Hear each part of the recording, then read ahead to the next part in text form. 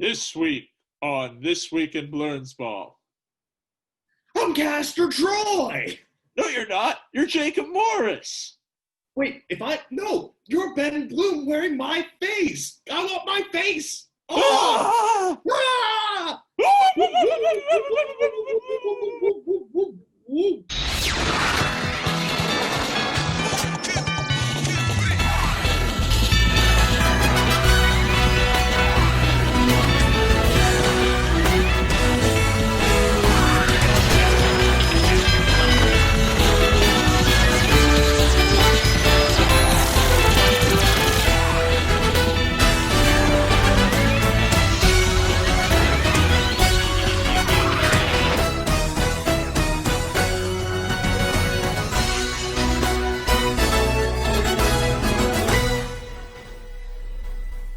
Welcome to This Week in Blernsball, brought to you by our team of loyal dregs. I've never seen this person before in my life. I'm Scruffy, the janitor. Get to it, dregs. I'm on break. Nothing like starting the morning with some Scruffy. Oh, man. Don't I know it? I am your co-host, Ben Bloom. With me, as always, is executive producer Jacob Morris, and we are officially into the playoff run last week for our 35th episode spectacular. If you have 3 hours to spare, go back and re-listen to us live call what ultimately ended up being, not the greatest playoff game in the world, but it was fun for us. It was fun. There were some pretty great playoff games last round that we didn't live call, especially out of that A's-White Sox series. What a series, man. Yeah, you hate to see, either of those teams lose. The A's end up winning that series, but, that Chicago White Sox team, we were hoping for an L-Train World Series at some point, and then, as it happens, the Central gets shut the front door. Yeah, 0 for 7. I think they win a total of 1 game. 2 games. Chicago and St. Louis win a game. They win a total of 2 games in the first round, and if you like Central baseball, you're gone in this playoffs. The flyover states just flying right over them just to get to the playoffs. And of course, we all called this. We all knew it was going to happen because this is the year that this is. The Marlins have never lost a playoff series, even a bullshit contrived one. They beat the Cubs again. The Marlins are the team of destiny this year. It's going to be the Marlins. And they're in tough against the Braves. They're in real tough against the Braves. But if there's a team that could do it, it's the Marlins, because they're the Marlins and they're now 7-0 in playoff series. At least this time the Cubs can't blame some poor guy with headphones on for their loss. No, because there was nobody there. There was no one there. You can't interference with a fan when there's no fans there. Which, speaking of fans, in the NLCS and the World Series, which is being played at the new Globe Life Ballpark in Arlington, Texas, in the Dallas-Fort Worth area, brought to you by, Whataburger, they're going to be allowing fans into the ballpark. Yeah, 11,500 fans. So that's about 20% capacity once you factor in the extremely expensive suites for rich people. Because rich people need to have a place to go watch baseball too. We just call those baseball stadiums for us poor people. But, they call this a bubble, but this doesn't really seem bubble-esque. It's more of a Venn diagram, but like a stupid one. It's a Venn diagram of idiocy. And then for those of you who didn't see, I drew a Venn diagram with my fingers. A la SpongeBob Imagination? Yes, a la SpongeBob Imagination. Now, their plans for this quote-unquote bubble of fans aren't entirely stupid. They're seated in pods of 4. They're seated several rows apart. They're required to wear masks except when eating or drinking, which of course everyone will be doing perpetually, so don't expect to see masks at all. Yeah, it's a baseball game. You have to eat all the time. Otherwise, what are you doing? You're doing baseball wrong. Exactly. But it seems to be a contrived way to keep people socially distanced when they're at a sporting event where one does not naturally social distance. That said, it seems like people are going to be traveling across state lines into what seems to be a super spreader event to attend the World Series. Because who in the Dallas-Fort Worth area is going to want to go to see the World Series when it's something like, oh, I don't know, New York, San Diego? Which, I'm not going to lie, I would like to see that 1998 World Series replayed, but have Tony Gwynn win it this time. Oh, man. Except yes. Instead of Tony Gwynn, we have, Tatis Jr. and Machado, and I think still Will Myers. Is Will Myers still on the Padres? I think so. Well, they've got Eric Hosmer, so that's good too. They're a fun team. So let's just very quickly run down what happened in the first round. Tampa topped Toronto 2-0. New York beat Cleveland 2-0. A slight upset there. Cleveland was the home team, which means that, Yankees didn't have their home stadium magic going. Unfortunately, the Trastros beat the Twins 2-0. And then in the one on that series. And then in the one series that actually went the distance in the AL, Oakland beat Chicago 2-1. Over in the National League bracket, the Dodgers beat the Brewers 2-0. San Diego beat St. Louis 2-1. Miami beat the Cubs 2-0. And the Braves beat the Reds 2-0. So only 2 series that went the distance, but some exciting baseball, especially considering that on Wednesday there was baseball-a-thon. Yes, that was insane last week, where at every hour on the hour, pretty much throughout the whole day, there was a new baseball game starting. And I don't think either of us left our couches for the duration of that day. It was awesome to see. Yeah. I still haven't regained full musculature in my legs from after that. I'm pretty sure I'm walking around like House these days. Yeah, pretty much. I got up to go to the bathroom and to get food, and that was it. Wait, bathroom? That was an option? Yes. Oh boy. Oh boy. But yeah, I saw some term it as fall frenzy, of course, as a response to the NCAA's March Madness. I love it. And if this is the one thing that we're taking out of this new playoffs, is that there's a day where there are 12 straight hours of wall-to-wall baseball, give it to me. Just inject it into my veins. Like, that's what gets people excited, just like having that constant stream of competitive high-stakes baseball. Like, I mean, they pretty much, nailed that, like college basketball tournament vibe on that one day. And then, of course, you have the whole weekend off because, most of the series were sweeps. So, baseball, big jump forward, slowly stumbles backwards a little. Yeah. And, of course, they had the slight, we're entering the bubble idea where they were moving into one spot and doing testing and everything.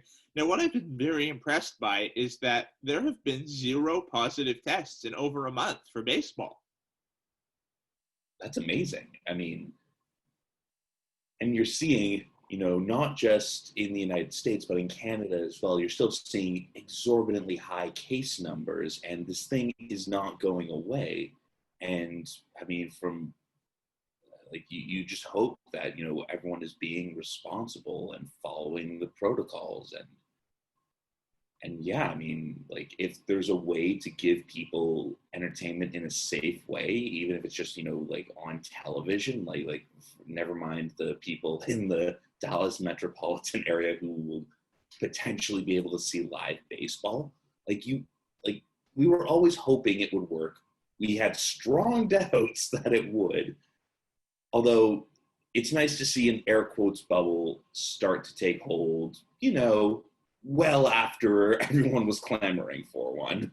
Yeah, but it's worked. I had my doubts, like Ben said, that this season would work. There were the outbreaks. There was the very much potential of a shutdown when 19, we're talking about 19 Marlins got sick.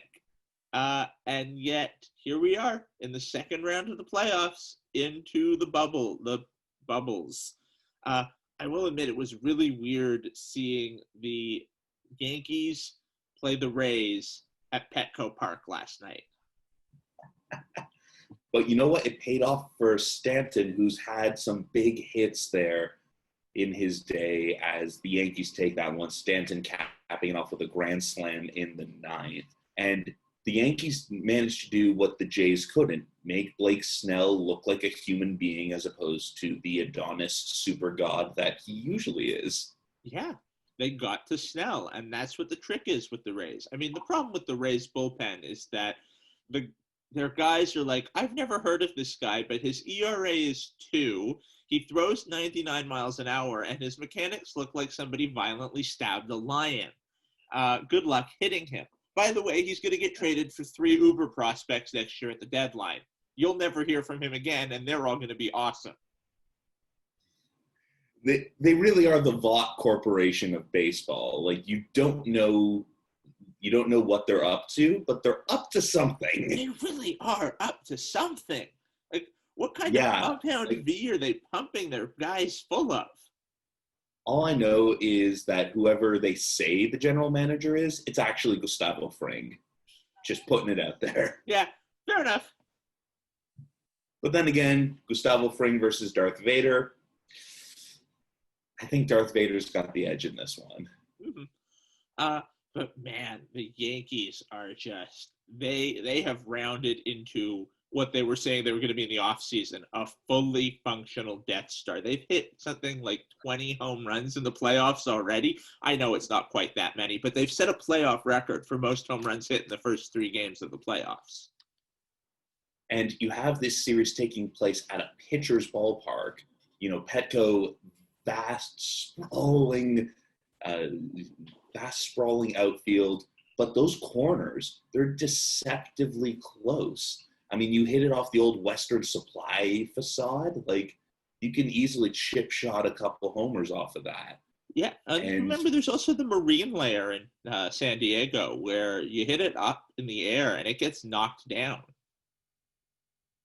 That is true. So you really gotta be hitting smart, hitting selectively, or just be a bunch of superhumans like Aaron Judge and Giancarlo Stanton. Yeah, and just do that. And just going up the coast a bit to Dodger Stadium, where the Astros and Athletics were playing, because, of course, this is what's happening. No one has true home park advantage. I guess, do the A's count home state advantage as anything? Although Northern California and Southern California might as well be their own states, each with a population bigger than Canada. Yeah. And, man, it's hard to pick who the good guy – in the other series, it's very easy to pick who the good guys are. Go A's. But it's hard to pick who the good guys are in this Yankees-Rays series because I hate them both so much. But, like, are the Yankees the good guys? They pay their players. But they're also the Yankees. I mean, again, like, I remember, like, I think I was going to a Jays-Yankees game with my dad and little sister. Or no, we were watching it on TV. And my sister looks at me knowing I'm a Red Sox fan and being like, who do you cheer for in this game? And I say, oh, I cheer for Rain. She's like, what does that mean? It's like, well, I don't really like either of the teams. And then my dad says, well, idiot, they're playing under the dome. And then Emily's like, well, what do you do then? I'm like, I cheer for a squirrel attack. Rally squirrel, rally squirrel. Little 5-year-old starts laughing like from then she has cheered for a squirrel attack at every game she has gone to because she wants to go home. Yeah. So remember, if you ever don't know who to cheer for, squirrel attack. Squirrel.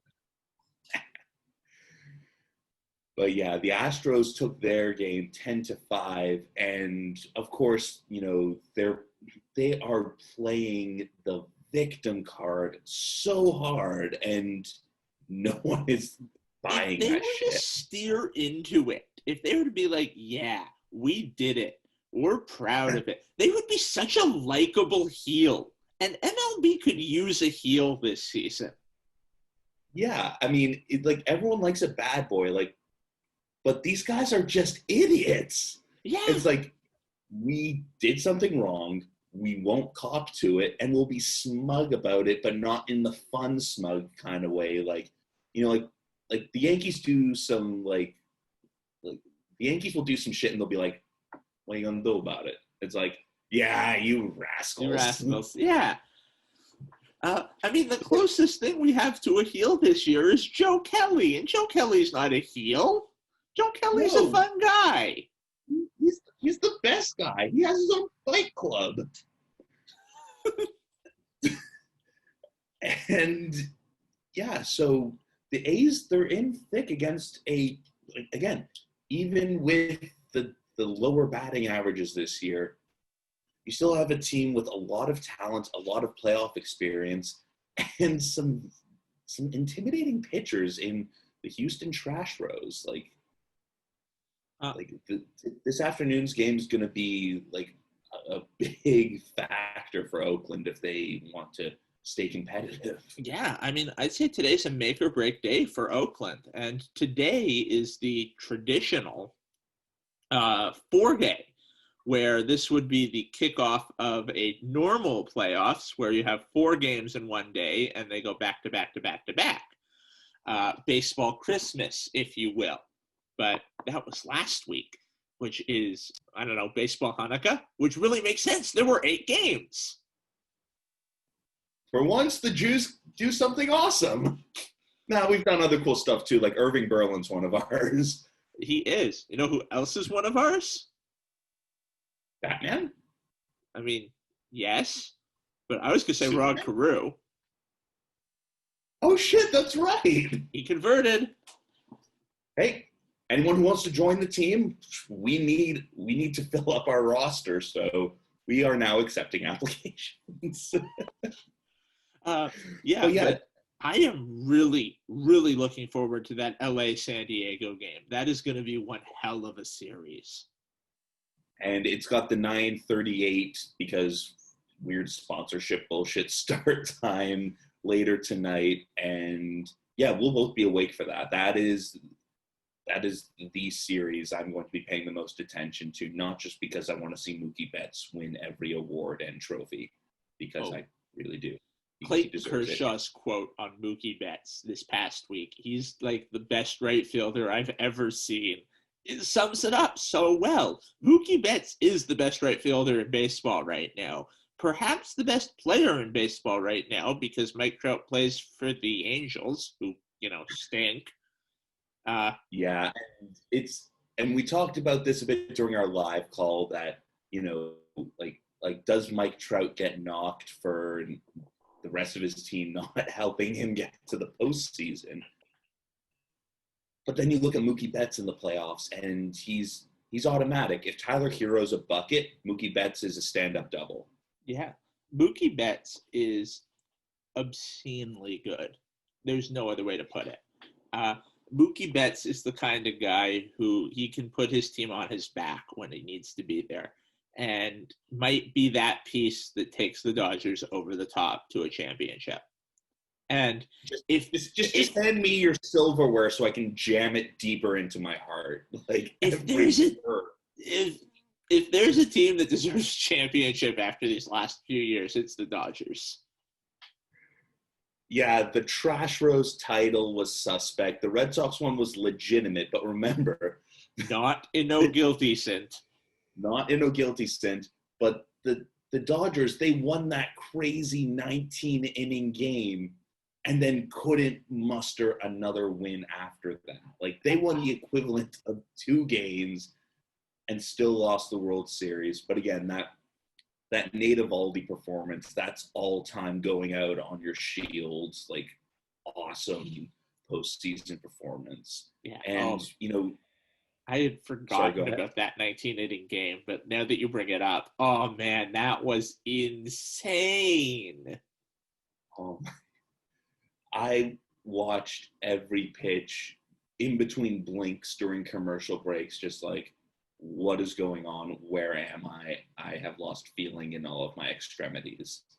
I won't this game end, and yet I never want this game to end. Let it be the bottom of the 277th inning.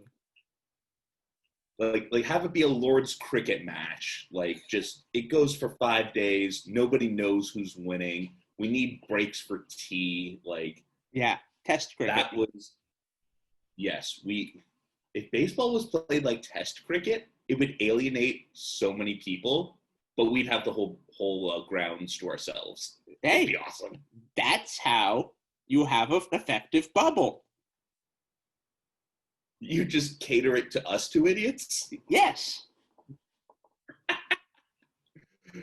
Oh man, I would take a swab in the nose to watch test baseball. Having taken a swab in the nose, yeah, I'd do it again.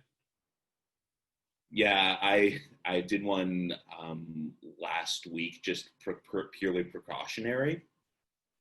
Be willing to do it to go watch test baseball. Test. Coming up next on ESPN 8, test baseball.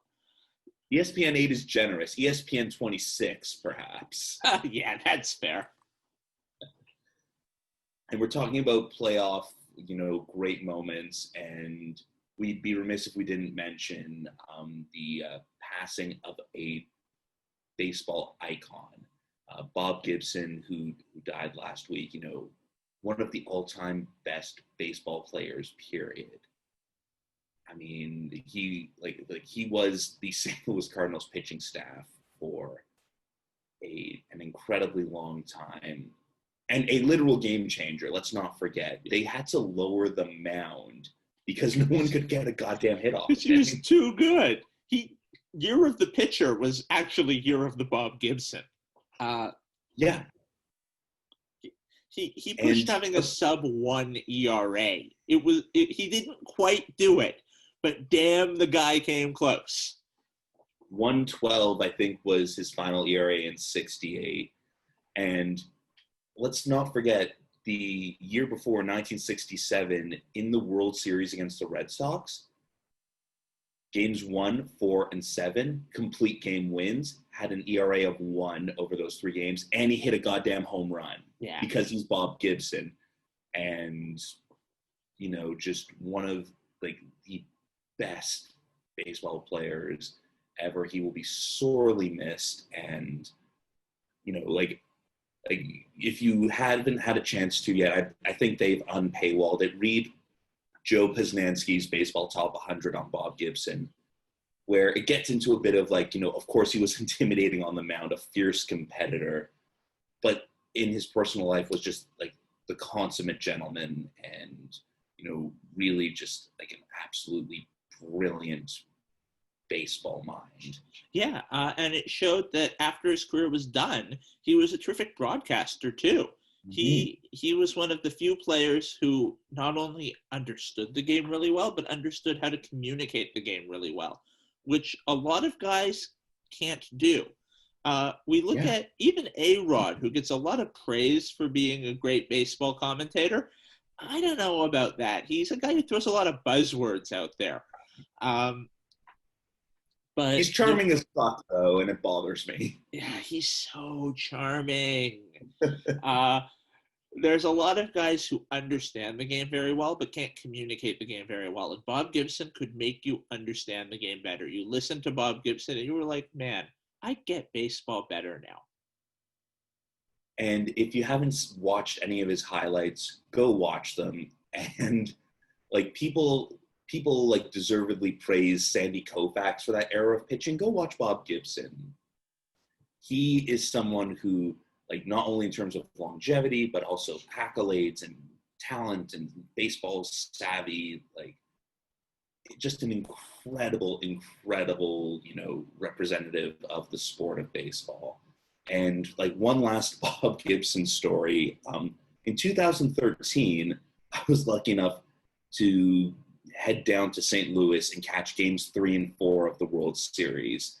Game 3, the Will Middlebrooks obstruction call. Jim Joyce, you are always there when we don't want you to be. And then, of course, Game 4 with the David Ortiz, pep talk, the Johnny Gomes home run, and the Koji pick of Colton Wong, me being delirious. But I had to get back to school, man. And my dad was staying for Game 5, and he's like, "Are you sure you can't stay?" I'm like, "No, I have responsibilities." He's like, "So what?" Responsibilities? This is the World Series. You know what he ended up doing with my ticket? He traded it for an autographed Bob Gibson baseball. Wow. Easiest trade That's ever. The easiest trade of all time. And my dad loved Bob Gibson. My dad loved those late 60s Cardinals because there was no Blue Jays back then. Like, the Cardinals were his first baseball love. And, he remembers watching Lou Brock. He remembers Bob Gibson. Later on, of course, he had an affinity for Ozzie Smith. And he was loving it in St. Louis. Everyone, was commenting on his Bob Gibson throwback. And, he had the, the tackle twill, wool Stan Musial era hat, and he was loving it. And here I am as the out of towner. They still treated me nice, but, treated him nicer. So, yeah, easiest trade in the world. Even if I would have said, I am going to come here for Game 5, he probably should have said, "No, taking the baseball over you." Yeah, the baseball. As well he should have, and put the baseball in the seat. The baseball is my new son now. Wouldn't blame him. But yeah, will absolutely be missed, and an unfortunate another unfortunate loss for the Cardinals, who noted the passing of Lou Brock earlier this year as well. Yeah, it has been it's been a rough year for everybody, but it's been a rough year for the baseball community this year, losing a number of all-time greats. Oh, absolutely. And yeah, and when you think playoff baseball, you think of these all-time great players and the moments they had in them, of course. And remember, in 1968, the Tigers beat the Cardinals in that World Series. Not for lack of Bob Gibson Gibsoning everyone, but it's always a funny end note to that 1968 season. Yeah. It's an incredibly funny end note, especially Gibson had one of the greatest World Series games ever pitched in Game 7. It's amazing. They don't make pitchers like that anymore. No, they really don't. And the whole abuse on the arm thing has changed that too. Even Bob Gibson today wouldn't pitch that many complete games, that many innings. He was a 300-inning pitcher. Nobody pitches 300 innings anymore, but his career might have lasted twice as long. He still pitched a really long time, though, going 300 odd a year. Yeah, that's fair. That is fair. He was a machine. He was something else. And when guys crack 200 nowadays, we're like, wow, look at the effort. Look at the workhorse. Bob Gibson looks at 200 innings and says, "Wimp." Just started. Yeah. So don't want to get too ahead of ourselves, but it's almost the off season. Right? We're looking at maybe 3 more weeks of baseball to go. And then, yeah.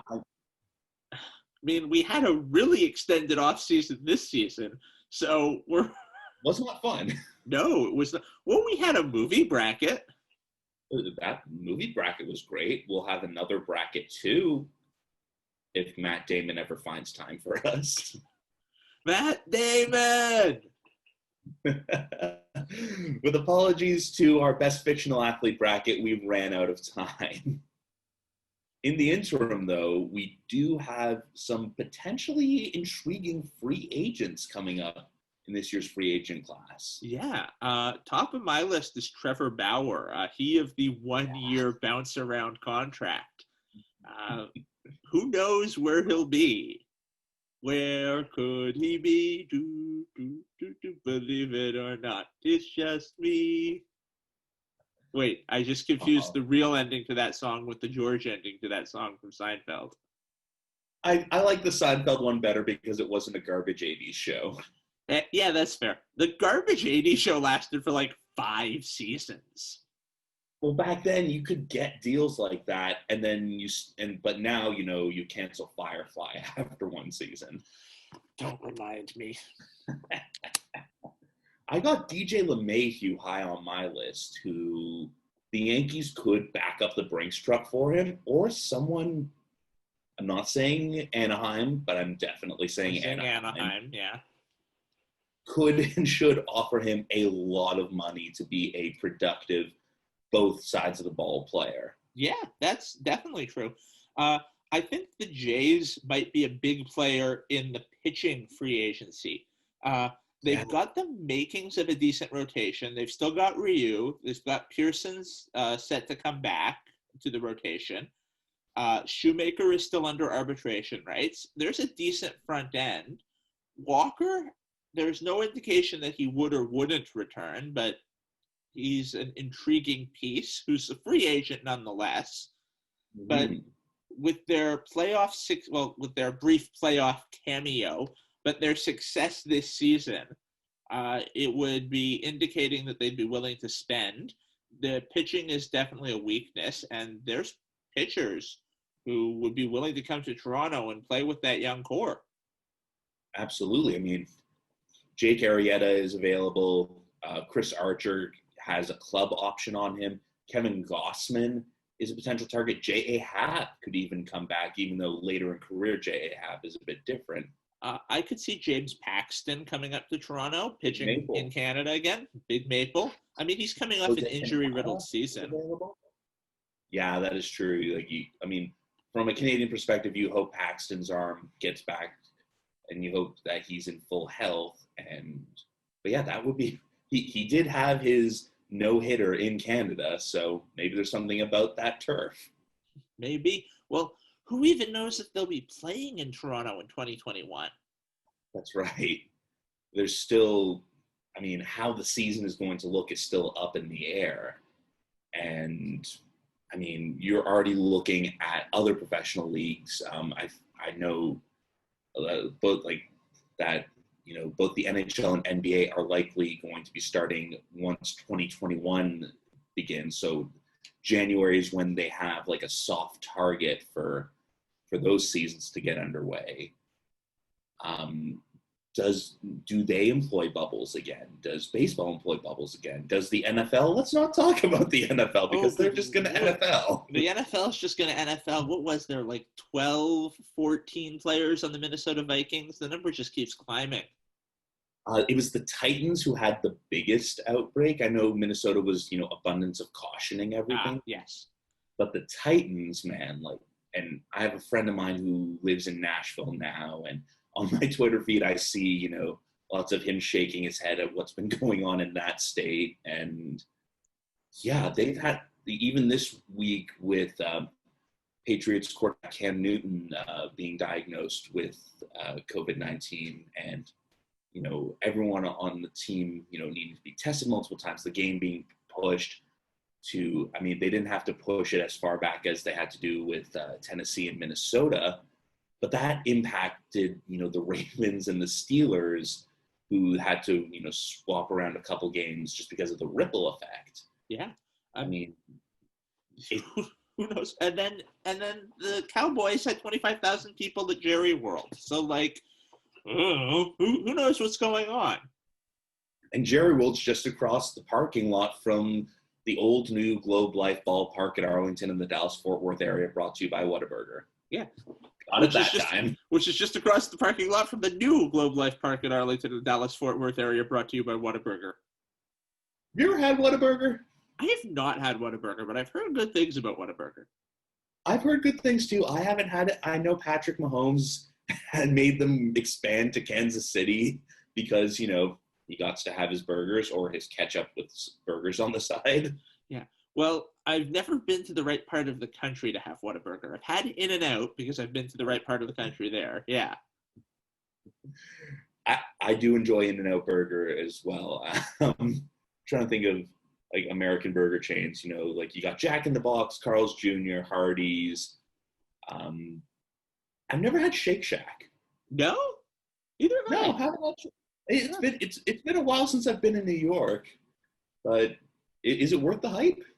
Yeah, it's okay. The shakes are good. You know, that's the thing. If you're putting shake in your name, you got to make it good. And I just watched The Founder again over the weekend, where it's like they're milkshakes. They need to have milk in them. No, Ron Swanson, I'm not going to do that. Yeah, but as we were saying, yeah, who knows where the Jays are going to be in 2021? Are they going to be back in Buffalo? Are they going to be in Toronto? Who knows if it's going to be an 162-game season? These are all things that complicate this offseason. And there's a lot of complications that exist outside the baseball world, too, that could, you know, throw things one way or another. So right now, I mean, we have the playoffs. We hope that there are no Venn diagram breaches where it turns into like a Brainiac symbol. Oh boy! But yeah, yep, lots of flurried hand motions, and just a couple other potential targets for free agent teams. George Springer from the Trash Rose. I mean, he's on the wrong side of 30, but damn, is he good? And especially, he just jacked 2 home runs yesterday. Yes, he did.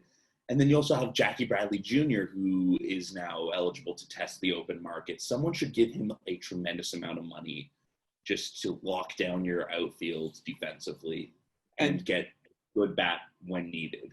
And then there's the wild card in all of this. What is Cleveland going to do with Francisco Lindor? Because they do not seem to want to pay him. And he's got 1 year left till free agency. Is there going to be a Mookie Betts situation on our hands? Where they do something incredibly stupid for no reward? Yes, probably. Exactly that. Probably. I so desperately want the Jays to be in on this. You'd have to give up one of the children, though. Would you? Look what given up for Mookie. Yeah, but, you know, my Red Sox are idiots. Yes. Is Cleveland any smarter? Well, you know, they have 2 buildings. Their lake catches on fire. Their main export is crippling depression. People think that letters are art. It's like Vegas, but cold 10 months a year. Man, we could totally do a spoken word version of those. But we're not Detroit. We're not Detroit. They're not Detroit. Yeah. Something tells me that it's happening. The Mark Shapiro Manchurian candidate situation is happening. Yeah. He's been asleep long enough. The Cleveland spy will finally come in from the cold. And the Jays' long con, if this is what it's all been, just to get Lindor into the dome, if this is the extent that Shapiro and Atkins have done, it would be perfect. Because remember, the Jays, you know, gave Encarnacion for peanuts, and everyone's like, oh, well, good, look, guess he's a double agent. But what if he's a triple agent? What if he's a quad? Yeah, what if he is a triple agent? What if he gets Lindor and gives him all kinds of money? What if this is a face-off situation? And with that, we come to Cage's Corner. Wow, that segue was as bad as an actual segue. But yes, we've realized that, you know, Connery Corner could only go so far because, in the words of Yoda, there is another. Yes. And that other is Nic Cage. Nic Cage! So, for those of you who aren't familiar with the segment, the newly renamed Cage Corner is where we look at a great but somehow terrible but somehow awesome and yet incredibly problematic movie from Nic Cage. We've done it with Sean Connery. We've done some stinkers and some great ones. We even had the two of them face off, but now we'll have an actual face off because we're talking Face Off. Oh man, Face Off, the most ridiculous and yet amazing and yet ridiculous and yet terrific movie of the late 90s. John Travolta and Nic Cage playing Nic Cage and John Travolta. Oh, my brain hurts thinking about it. And you have these two starkly different, crazy in different ways actors, and one's an FBI agent, one's a super terrorist. You're never quite sure who is who, because at one point in time, they foil Nic Cage's plan. No, Nic Cage is the FBI agent. John Travolta is the super terrorist. But I thought John Travolta was the FBI agent sworn to get revenge for his child getting shot by Nic Cage, who also has a child who looks like the child who was shot. Right? No. So go ahead.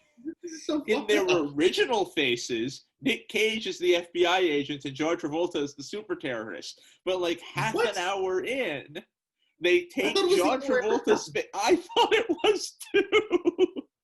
I thought it was too, but it wasn't. Is Pastor Troy a deep cover agent and John Travolta's a dirty cop? Yes.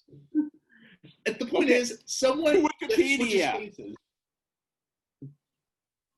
The point is, someone John Travolta is Sean Archer. No, John Travolta is the FBI agent, and Nic Cage is the terrorist. Okay. What is he? They. Shit. And so Nic Cage's plan gets foiled, but there are still machinations in the works, and he's in a coma. So John Travolta's bosses say, "We need you to go undercover as Nic Cage.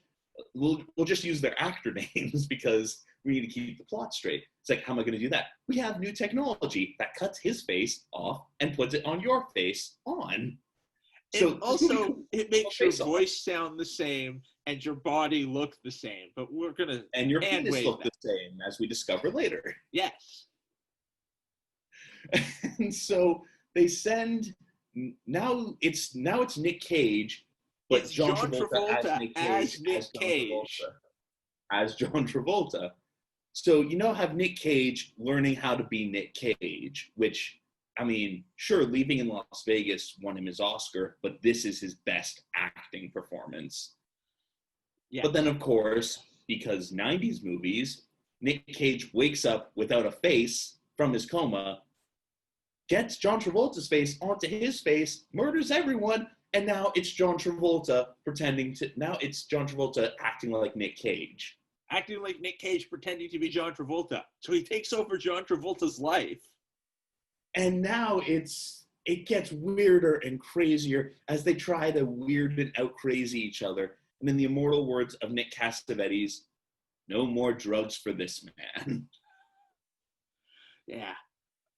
Oh man. And the whole thing that reveals the whole face-off plot is a blood test. Now, how would that work? Because you've had a massive flesh transplant. Your blood would be rejecting it. How do neither of these guys die of systemic organ failure or, have massive scarring around their faces? Sure, lasers, but that's bullshit. No, everyone knows that lasers aren't real. Yes, exactly. I mean, it would have made more sense if they just said, we have a way to put your brain inside his body. But then, how would any of it worked? The point is, it is John Wooey to the max. Like, John Wooey being the adjective form of John Woo. Yes. There's doves, there's double guns, there's gun fu. Gun fu is awesome. Yeah. That's the only reason why people watch Mission Impossible 2. I mean, no one cares about Doug Ray Scott, no offense, but we want to see doves and gun fu. Yeah. The guy gets impaled with a harpoon gun. John Travolta gets impaled with a harpoon gun. No. Yes. Nic Cage wearing John Travolta's face. Yes, Nic Cage wearing John Travolta's face gets impaled with a harpoon gun by John Travolta wearing Nic Cage's face. Oh my God, this movie gets confusing. It's Freaky Friday to the extreme. It's like The Departed, only a good movie. Well, it allegedly inspired Internal Affairs, which inspired The Departed. So remember, when you're watching The Departed, you're actually watching Martin Scorsese remaking Face Off. And I'm pretty sure Face Off was in itself like a remake of Rashomon, because of course, why not? Everything's a remake of Rashomon. That's not how I remember it. Thank you, Homer Simpson. And there's an insane cast in Face Off. Joan Allen, Colm Fiore, CCH Pounder, the true Amanda Waller. Let's not forget. Yes, let's all be honest here. Yeah, she is Amanda Waller. Like, I mean, in person. Yeah. Like, Viola Davis was stellar in her like 3 minutes as Amanda Waller. And returning in the new one. Good, because, you know, How to Get Away with Murder is pretty much Amanda Waller's raison d'etre. Yeah. It's her origin story. Which, again, still, my vote's for CCH. Yeah, CCH Pounder is perfect for that role. And not just because she was the voice in the cartoon. Yes. And also her name is Pounder. Yes. Well, yeah. So if we're... This movie made $220 million. And that was 1997 money. Money wasn't a real thing in the Clinton era. Now, the only question I have is, how did they not make a Face Off 2? Facer offer. I mean, do you get John Travolta now and Nic Cage now to reprise their roles? Well, how do you get John Travolta now? Because how do you get Nic Cage now? Because he's dead. Is Nic Cage ever really dead? What if he had an evil twin? No, wait, he's evil. What if he had a twin that we didn't know about? Well, he already had the twin, so wouldn't that be a triplet? Egad. I mean, do it. I want to see it. I mean, the face-off technology will be a lot harder. You know, both of their skins are 20 plus years older, so. And flabbier. Yeah. But again, we've had back-to-back Nic Cage trying to out-crazy someone movies. No, we had National Treasure last week. That's right. Nic Cage tries to out-crazy the Freemasons. Yeah. Sean Bean doesn't die. All good things. So Nic Cage got out-crazied by Sean Connery. We can all admit that. Who wins in the out-crazy face-off between Nic Cage and John Travolta? I think John Travolta wins because John Travolta had to play Nic Cage, which means he had to up his game, where Nic Cage was just playing John Travolta, which for him was like a step down. But still, Nic Cage was just playing a Scientologist. John Travolta was playing Nic Cage. Oh, there's too much crazy going on here. And yeah, I mean, again, how does this movie not win every Oscar? Like, who won the Oscar in 1997? Titanic. This was better than Titanic. Yeah. This was better than Titanic. Also, recasting Titanic with Sean Archer and Castor Troy. There's room on the door for my face. Oh, boy. There's room on the door for my face. That's the title of this episode. That's the title of this episode. I was struggling for a title for this episode. But yes, there's room on the door for my face. There is definitely excessive punctuation in this title. Okay, how do you rate this movie? I give it 3 incredibly sexy cats out of a potential 2. I'm a sexy cat. I give it 5 floating doves with pigeon faces wielding guns out of 2. Okay. This was a very good and yet very confusing movie. I highly recommend it. you should all watch it and then, sequester yourself for 2 weeks to give yourself a mental break. Yes. Because it is a lot. It's a lot. And then watch Internal Affairs, which is a great movie. Yeah, and then don't watch The Departed, watch The Town, which is a better Boston crime movie. Or they watch robbed Fenway Park. They robbed Fenway Park. I know. It's like, and there's a moment where like, guys, are we really robbing Fenway Park? It's like, well, yeah. Like, look what happened in the chicken and beer year. It's like, fuck it. Yeah. Oh, that's what happens when you have Boston guys write a Boston crime movie. Although Friends of Eddie Coyle, if you want the ultimate Boston crime movie because it was actual Boston crime. Yes. Yes. And that's also a book. I don't know if Ben Affleck could write a book, but I would read it every single goddamn page. Yes. Yes, I would. So, I think we've done things a little bit out of order because we forgot to tell people to fucking vote because we just had such a great transition from Triple Agent to Face Off. Yes, we did. So again, go fucking vote. And I saw that, voter registration has closed in some states, but in a lot of states you can still register and you can register day of election day. So for a lot of people, if you're worried that you haven't been able to register yet, find out at your state, or if you're living in Canada, find out through the proper authorities how you can vote and vote safely. Yeah. And remember, you don't have to vote in person on election day. It's a pandemic. It is risky. In a lot of states in the United States, they have made a smaller number of precincts this year because there are fewer people volunteering to be poll workers. Understandably so. They don't want to be risking their health to run the polls, especially because those who generally are poll workers are older and therefore more vulnerable. If you don't want to be standing in line for like 8 hours, as some people have reported, to vote, there are a number of ways you can vote in advance. You can vote by mail. You can drop off at a advanced drop-off location. You can vote at an advanced polling location. All of these are completely legitimate ways to vote, regardless of what some politicians, President Donald Trump, excuse me, I coughed there, President Donald Trump, might say. Let's not talk about coughing.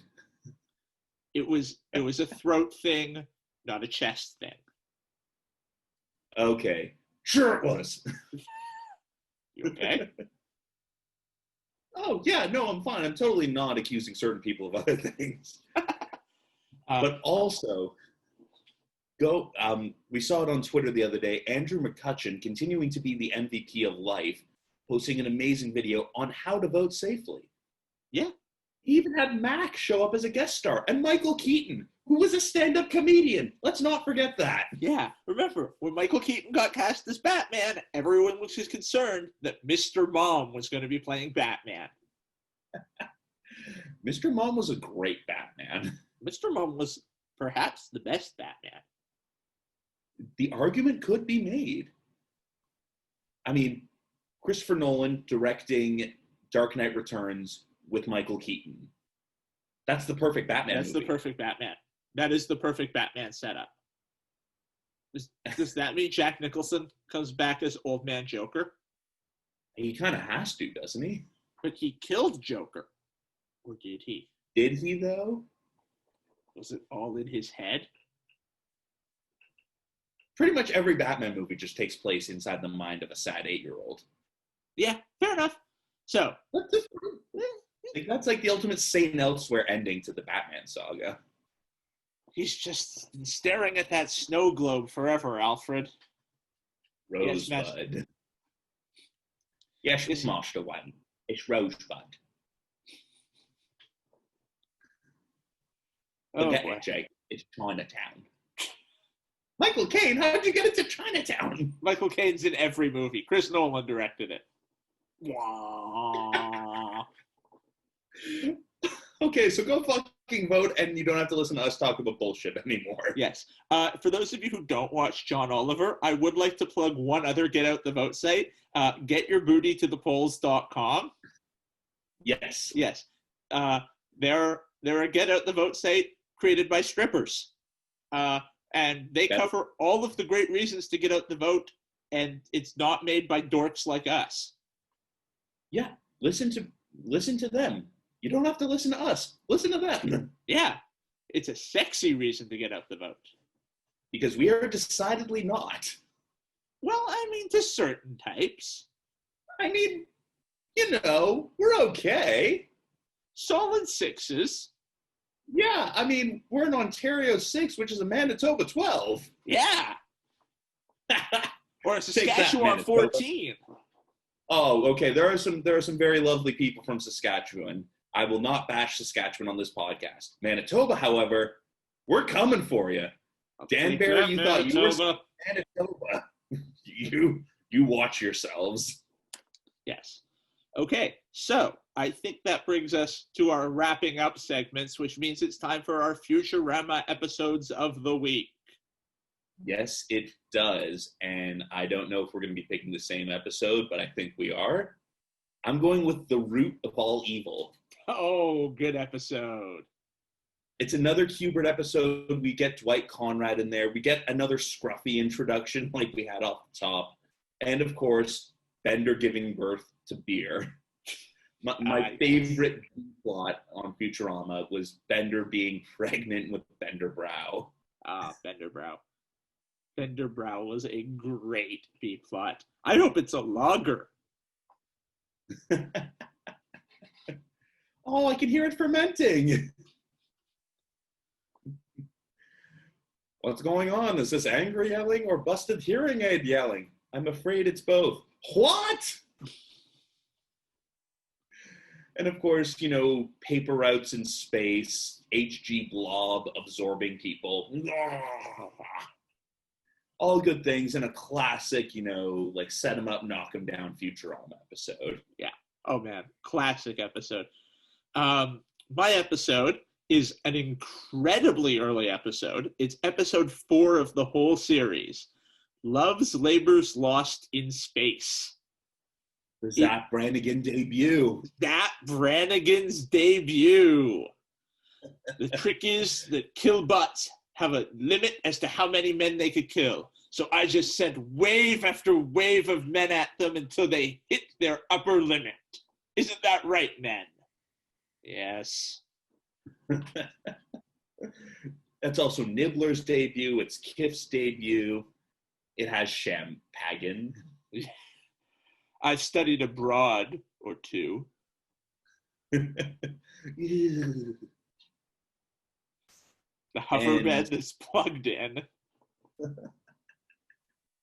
So much great about that episode.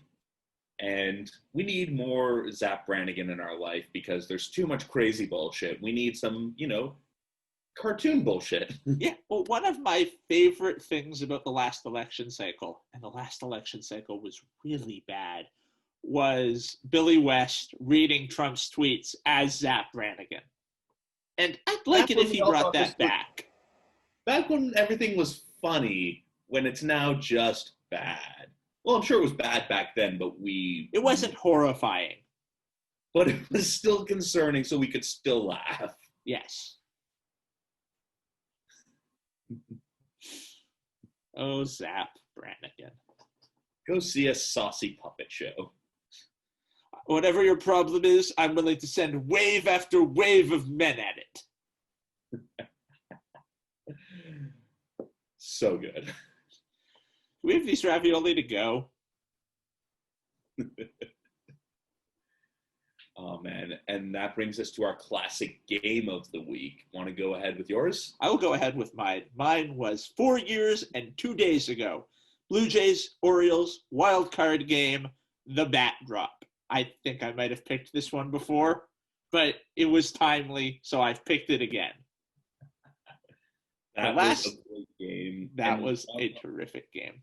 And last week on the podcast, I put up my phone of the Edwin Encarnacion home run because I had a crazy view of it over the third base. Hell of a view of it, yeah. That was a fun game to watch.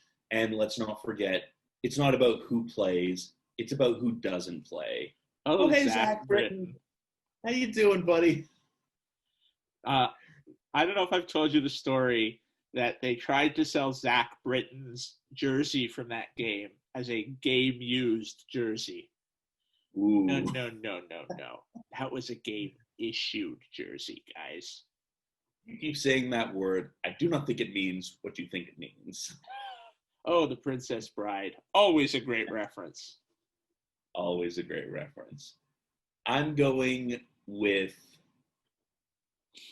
a Red Sox game in a surprise to no one. Game 4 of the 2003 ALDS. Red Sox, Oakland at Fenway. David Ortiz with the go-ahead 2-run double in the 8th inning off Keith Fulke.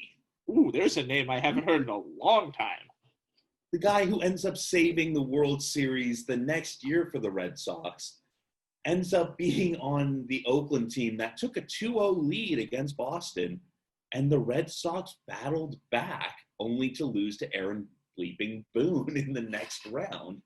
But the Red Sox, though that era of Red Sox, they were coming back from like 0-2, 0-3 leads like it was nothing. Yeah. It's like that's where we want them to be. We've got you right where we want you. Also, was this wild card round win Oakland's first ever playoff series win of the Billy Beane era? Well, the A's didn't win that series. They just won a couple games. It counts. It counts. Until they lose. And this is 2003, so this is the Moneyball year. Oh, this is Scott Hatteberg. I mean this year's. Oh, shit. Yeah, I guess what they did qualifies as a playoff series win. So good job, Oakland. You won. You did it. There's a happy ending after all for Brad Pitt and Jonah Hill. Jonah Hill works for the Cleveland Browns now.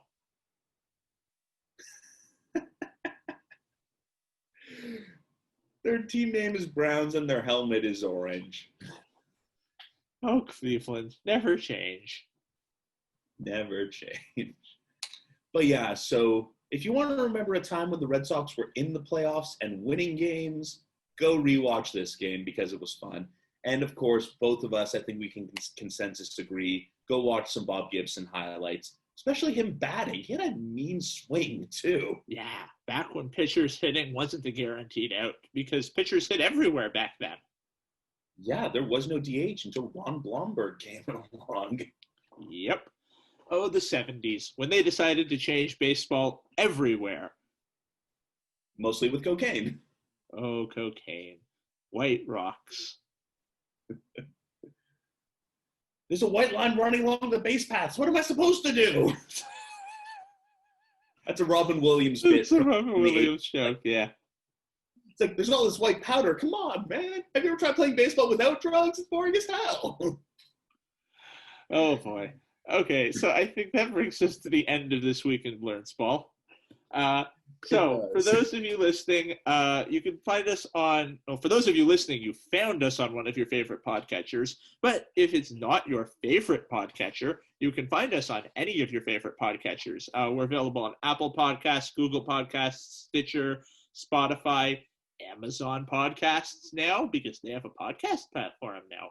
Ooh. And we will deliver with days, or it's free, except it's already free, but we'll still deliver it for free. Yes. And if you like us, give us 5 stars and a good review, because that's how it helps other people find the podcast. And if you don't like us, don't give us a review, because, that doesn't help people. We have very fragile egos. Please only say nice things, or we will sit in a corner listening to Sarah McLachlan. I mean, what? No, we will. Don't hide it. It's true. I will remember you. Oh, God, I should not be singing. If you want to get in touch with the podcast, we're on most social media. We're This Week in Blernsball on Facebook. We're at TWI Blernsball on Twitter and Instagram. You can find us on YouTube and watch our fun and get our visual jokes. We're This Week in Blernsball. Or maybe you've been watching us on YouTube this whole time and I didn't need to tell you that. That's why I shouldn't be dancing. No, you shouldn't. You can also email us. That's twiblernsball@gmail.com. Give us some feedback. Let us know what you like, dislike, what you think we should be covering in the future. Let us know if there's any athletes that we should have on our best fictional athlete bracket when it ultimately comes to that during the offseason when nothing is happening. And again, if you reach out to us on social media, you will be speaking to the adult of the podcast. So you don't have to worry about me saying stupid things. You kind of do. You also can follow Ben and myself on Twitter. I'm at JMS Morris. Ben is at Benjamin K. Bloom. For the most part, it's sports and Futurama gifs. Pretty much. Yeah, we are who we are. Like, this podcast is not us playing characters. If it was, we would need to go back to the writer's room. We also don't have a writer's room. Writer's room? What's that? It's where actually talented people meet to come up with things. Yeah. I don't follow. So, for this week in Blernsball, I'm Jacob Morris. Or am I Ben Bloom playing Jacob Morris? Oh, shit. And I'm Ben Bloom. Or did I have my face taken off, put onto Jacob Morris's face, and am now playing him, playing Nic Cage, playing me, playing Jamie Lee Curtis? Whoa! You don't know. We don't know, man. We don't know. Thank you so much for listening. Farewell from the world of tomorrow.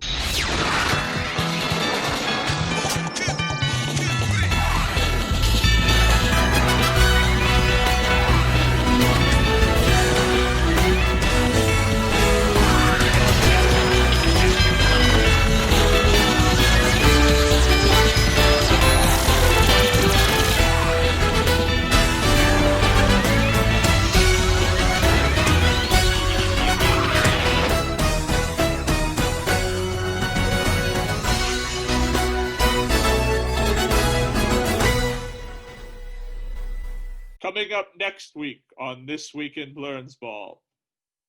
Choosing